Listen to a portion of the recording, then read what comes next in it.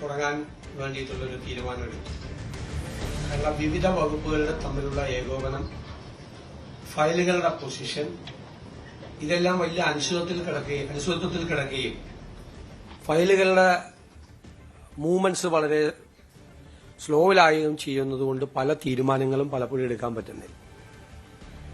നമ്മൾ മുൻകൂട്ടി വാഗ്ദാനം ചെയ്തിരുന്നത് പോലെയുള്ളൊരു ഡാറ്റ ഡ്രിവൺ ഗവേണൻസിലേക്ക് ഗവൺമെന്റ് ചലിക്കുകയാണ്.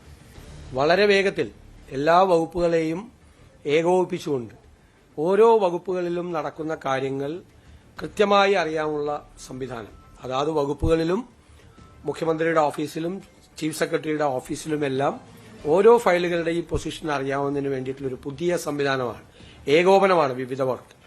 പ്രോജക്റ്റിന്റെ കാര്യത്തിലും ഈ ഏകോപനം ഉണ്ടാവും, പ്രോജക്റ്റ് മാപ്പിംഗ് ഉണ്ടാവും. എവിടെയെല്ലാം ഏതെല്ലാം വകുപ്പുകളുടെ കീഴിൽ സംസ്ഥാനത്തുടനീളം നടക്കുന്ന പ്രോജക്റ്റുകളുടെ മാപ്പിംഗ്, എന്തായിരിക്കും പൊസിഷൻ എന്ന് കൃത്യമായി അറിയാനുള്ള ഒരു സംവിധാനം കൂടി ഏർപ്പെടുത്തും. ഞങ്ങളുടെ പ്രാഥമികമായ പരിശോധനയിൽ കോടിക്കണക്കിന് രൂപയാണ് പ്രോജക്റ്റ് നടപ്പാക്കുന്നതിലെ കാലതാമസം മൂലം സംസ്ഥാന ഖജനാവിൽ നിന്ന് നഷ്ടപ്പെടുന്നത്.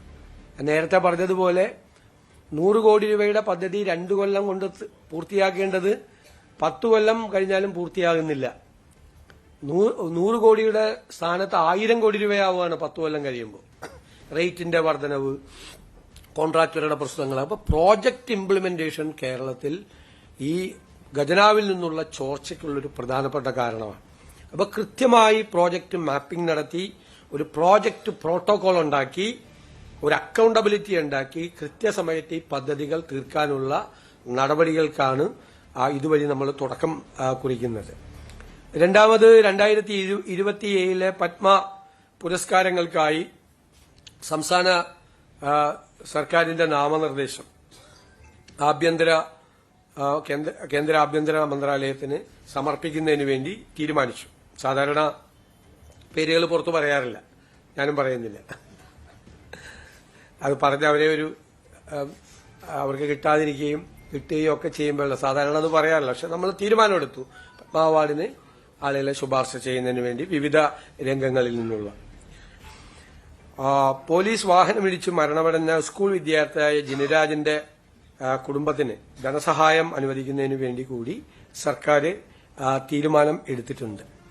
ഇതെല്ലാമാണ് പ്രധാനപ്പെട്ട കാര്യങ്ങൾ. മറ്റൊന്ന്, ഹൈസ്പീഡ് റെയിലുമായി ബന്ധപ്പെട്ട് ഡൽഹി മെട്രോ റെയിൽ കോർപ്പറേഷൻ തയ്യാറാക്കിയ ഒരു റിപ്പോർട്ട്, ഇടക്കാല റിപ്പോർട്ട് ഞങ്ങൾക്ക് സമർപ്പിച്ചിരുന്നു.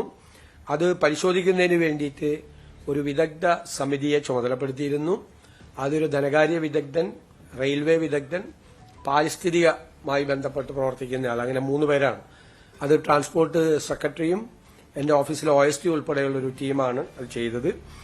അവരത് പരിശോധിച്ച് ഉള്ള റിപ്പോർട്ട് ഇന്ന് സമർപ്പിച്ചിട്ടുണ്ട്. അതിലെ ഇതൊരു പൂർണ്ണമായ റിപ്പോർട്ടല്ല എന്നൊരു വിലയിരുത്തലാണ് അവര് എത്തിച്ചേർന്നിരിക്കുന്നത്. ഒന്ന്, കേരളത്തിന്റെ പരിമിതമായ സാമ്പത്തിക വിഭവശേഷി കാരണവും കൃത്യമായ സ്കോപ്പ്, സാധ്യതകൾ, യാത്രക്കാരുടെ എണ്ണം എന്നിവ തിട്ടപ്പെടുത്താത്തതിനാലും യാതൊരു തരത്തിലുള്ള പാരിസ്ഥിതിക സാമൂഹ്യ പഠനവും നടത്താത്തതിനാലും ഈ രൂപത്തിൽ പദ്ധതി ഏറ്റെടുക്കാൻ സാധിക്കില്ല. എന്നാൽ ചില തുടർ നടപടികൾ കമ്മിറ്റി ശുപാർശ ചെയ്യുന്നുണ്ട്. അതായത് ആദ്യഘട്ടത്തിലെ സ്ഥല പരിശോധനകൾ, ഭൂമി ഏറ്റെടുക്കൽ സംബന്ധിച്ച വിജ്ഞാപനങ്ങൾ അല്ലെങ്കിൽ ഭൂതല നിർമ്മാണവുമായി ബന്ധപ്പെട്ട യാതൊരു പ്രാരംഭ നടപടികളും ഇപ്പോൾ ആരംഭിക്കരുത് എന്നാണ് കമ്മിറ്റി ശുപാർശ ചെയ്തിരിക്കുന്നത്. കാരണം ഇതിന്റെ ഒരു കൃത്യമായ ഒരു എക്കണോമിക് മോഡൽ, ഇതിൽ എത്ര യാത്രക്കാർ യാത്ര ചെയ്യാനുള്ള സാധ്യതയുണ്ട്, പിന്നെ പാരിസ്ഥിതിക പഠനം, ഇതൊന്നും നടത്താതെ, അതാണ് നമുക്ക് കേരളയിൽ പറ്റിയ ഒരു അപകടം ഇതിന്റെ അകത്ത് ആവർത്തിക്കരുത് എന്നാണ് ശുപാർശ. കേരളയിൽ പറ്റിയത് ഈ പാരിസ്ഥിതിക പഠനവും മറ്റു കാര്യങ്ങളും നടത്തുന്നതിന് മുമ്പ് തന്നെ ഭൂമി ഏറ്റെടുക്കാനുള്ള നടപടികളുമായിട്ട് മുന്നോട്ട് പോയി. അപ്പൊ അത് ചെയ്യാനുള്ള ഒരു കാരണവശാലും ചെയ്യരുത്. പിന്നെ സംസ്ഥാന സർക്കാർ സ്വതന്ത്രമായി 3-4 കാര്യങ്ങളിൽ സ്വതന്ത്രമായി പഠനം നടത്തണം. ഒന്ന്, ചരക്ക് ഗതാഗത സാധ്യതകൾ. ഇതിപ്പോ പാസഞ്ചേഴ്സിന് ട്രാവൽ ചെയ്യാൻ വേണ്ടിയിട്ടുള്ളതാണ് ഈ ട്രാക്ക് ഇപ്പൊ പ്രപ്പോസ് ചെയ്തിരിക്കുന്നത്.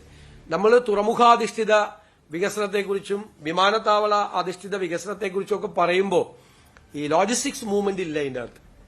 അപ്പൊ ആ ലോജിസ്റ്റിക്സ് മൂവ്മെന്റ് ഇല്ലാതെ പാസഞ്ചേഴ്സ് ട്രെയിൻ കൊണ്ട് മാത്രം ഇത് നമുക്ക് വരുമാനവും നമ്മൾ ചെലവാക്കുന്ന പണം അത് തിരിച്ചടയ്ക്കാനും ഒക്കെയുള്ള ഒരു പ്രശ്നത്തിലേക്ക് നമ്മൾ പോകും എന്നുള്ളതൊരു പ്രശ്നമാണ് അവർ തന്നിരിക്കുന്നത്.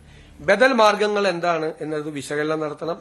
ഭൂമിയുടെ ലഭ്യത, അപ്പൊ അതിനെക്കുറിച്ചുള്ള കൃത്യമായ കണക്കുകൾ ഈ റിപ്പോർട്ടിലില്ല.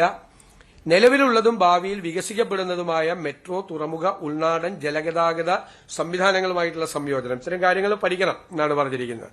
ഈ പഠനങ്ങൾ യഥാർത്ഥ ആവശ്യകതയും പദ്ധതിയുടെ വിശാലമായ ബഹുമുഖ സാമ്പത്തിക പ്രാധാന്യവും തെളിയിച്ചാൽ മാത്രമാണ് DPR തയ്യാറാക്കുന്ന അടുത്ത ഘട്ടത്തിലേക്ക് കടക്കാൻ പാടുള്ളൂ എന്നാണ് കമ്മിറ്റിയുടെ ഏകകണ്ഠമായിട്ടുള്ള റിപ്പോർട്ട്. ആ റിപ്പോർട്ട് വിശദമായി പഠിച്ചതിന് ശേഷം ഗവൺമെന്റ് അതിലുള്ള നടപടികൾ കൈക്കൊള്ളും. അല്ല, അതല്ല, നമ്മളിത് പഠിക്കട്ടെ. നമ്മളിപ്പോ ഇവര് സമർപ്പിച്ച റിപ്പോർട്ടിലെ ശുപാർശകൾ ഇതാണ് പ്രധാനമായിട്ട്. കാരണം അതൊരു നല്ല ഇക്കണോമിക് മോഡൽ അല്ല ഇപ്പൊ തന്നിരിക്കുന്നത്. കാരണം ഈ ഇത് പാസഞ്ചേഴ്സ് മാത്രമാണ് പോകുന്നത്, ലോജിസ്റ്റിക്സ് മൂവ്മെന്റ് ഇല്ല. നമുക്ക് ലോജിസ്റ്റിക്സ് മൂവ്മെന്റ് വേണം. നമ്മൾ കടലിൽ കൂടി ലോജിസ്റ്റിക്സ് മൂവ്മെന്റ് ആലോചിക്കുന്നു, റെയിലിൽ കൂടി കൊണ്ടുപോയാൽ തന്നെ നമ്മുടെ ഈ റോഡിലെ ജനസാന്ദ്രത, ഈ വാഹനങ്ങളുടെ സാന്ദ്രത നമുക്ക് കുറയ്ക്കാൻ പറ്റും. മാത്രമല്ല ഒരു നമുക്ക് ഇപ്പൊ എടുക്കുന്ന കടം വലിയ തുക വരും, അതും കൃത്യമായി കണക്കാക്കിയിട്ടില്ല. വലിയ തുക വരുന്നത് നമ്മൾ ബാങ്ക് ലോണും മറ്റു കാര്യങ്ങളും മറ്റ് ബിസിനസ് മോഡലിലല്ലേ ചെയ്യാൻ പറ്റുള്ളൂ. ചെയ്തു കഴിഞ്ഞാൽ അത് തിരിച്ചടയ്ക്കാൻ വേണ്ടിയിട്ടുള്ള വരുമാനം പോലും ഇതിന്റെ അകത്തുനിന്ന് കിട്ടാത്തൊരു സാഹചര്യം വരും. യാത്രക്കാരുടെ എണ്ണം പോലും കൃത്യമായിട്ട് തിട്ടപ്പെടുത്തിയിട്ടില്ല. ഒരു അപൂർണമായ റിപ്പോർട്ടാണെന്നാണ് ഇടക്കാല സമിതിയുടെ ഇത്. സർക്കാർ ഇതിനെ സംബന്ധിച്ച് സർക്കാർ ഒന്നുകൂടി ആലോചിച്ച് ഇതിന്റെ ബദൽ മാർഗങ്ങളും മറ്റു കാര്യങ്ങളും ആലോചിക്കും. അല്ല, അത് ഞങ്ങൾ സർക്കാർ പഠിക്കും. അവരോട് ഈ ഡൽഹി മെട്രോ റെയിൽ കോർപ്പറേഷനോട് ഒരുപാട് കാര്യങ്ങൾ അവർ ചോദിച്ചിരുന്നു. ഈ കമ്മിറ്റിയുടെ പ്രവർത്തനത്തിന്റെ ഭാഗമായി അവർ ക്വസ്റ്റനെയർ അയച്ചു കൊടുക്കുകയും ഒരുപാട് കാര്യങ്ങൾ അവർ ചർച്ച ചെയ്യുകയും ചെയ്തു. പക്ഷെ അപൂർണമായ ഒരു റിപ്പോർട്ടാണ്. ഈ റിപ്പോർട്ടിന്റെ അടിസ്ഥാനത്തിൽ ഒരു തീരുമാനം ഗവൺമെന്റ് എടുക്കരുത് എന്നാണ് റെക്കമെൻഡേഷൻ. അല്ല, അതിവേഗ റെയിൽപാത സാധ്യമായ കാര്യങ്ങൾ, ഒന്ന് പാരിസ്ഥിതികമായ കാര്യം വളരെ പ്രധാനപ്പെട്ട ഒരു വിഷയമാണ്. ഒന്ന് അതിന്റെ സാമ്പത്തികമായ. ഞങ്ങൾ ആ രണ്ട് കാര്യത്തിനാണല്ലോ കേരളയിൽ എതിർത്തത്. അതൊരു എൻവയൺമെന്റ് ഡിസാസ്റ്റർ ആയിരിക്കും എന്നാണ് നമ്മൾ പറഞ്ഞത്. അപ്പൊ ഞങ്ങളത് പറഞ്ഞിട്ട് ഞങ്ങൾ വന്ന് വേറൊരു എൻവയൺമെന്റ് ഡിസാസ്റ്റർ തുടക്കം കുറിക്കാൻ പറ്റില്ല. പിന്നെ അത് കേരളത്തിന്റെ സമ്പദ് വ്യവസ്ഥയ്ക്ക് കാര്യമായ ആഘാതം ഏൽപ്പിക്കാതെ കേരളത്തിന്റെ സമ്പദ് വ്യവസ്ഥയെ കുറെ കൂടി ഉത്തേജിപ്പിക്കുന്ന തരത്തിലുള്ള ഒരു പ്രോജക്ട്, കേരളത്തിന്റെ ടോപ്പോഗ്രഫി, ജോഗ്രഫി എല്ലാം നോക്കിക്കൊണ്ടുള്ള ഒരു പ്രോജക്ട് ആയിട്ട് മാത്രമേ അത് നടപ്പാവൂ. അതിന്റെ ഇല്ലില്ല, നമ്മളിത് റെയിൽവേ, അതിനുള്ള റെയിൽവേ കോമ്പിറ്റൻസ് നമുക്കില്ലല്ലോ. ഇതിനുള്ള അത് വേറൊരു ഏജൻസിക്ക് അത് ചെയ്യാൻ പറ്റുള്ളൂ. സംസ്ഥാന സർക്കാർ റോഡ് പണിയുന്നത് പോലെ അല്ലെങ്കിൽ വേറെ പാലം പണിയുന്നത് പോലെയുള്ള റെയിൽ പണിയാൻ വേണ്ടിയിട്ടുള്ള ഒരു സംവിധാനം സംസ്ഥാന സർക്കാരിനില്ല.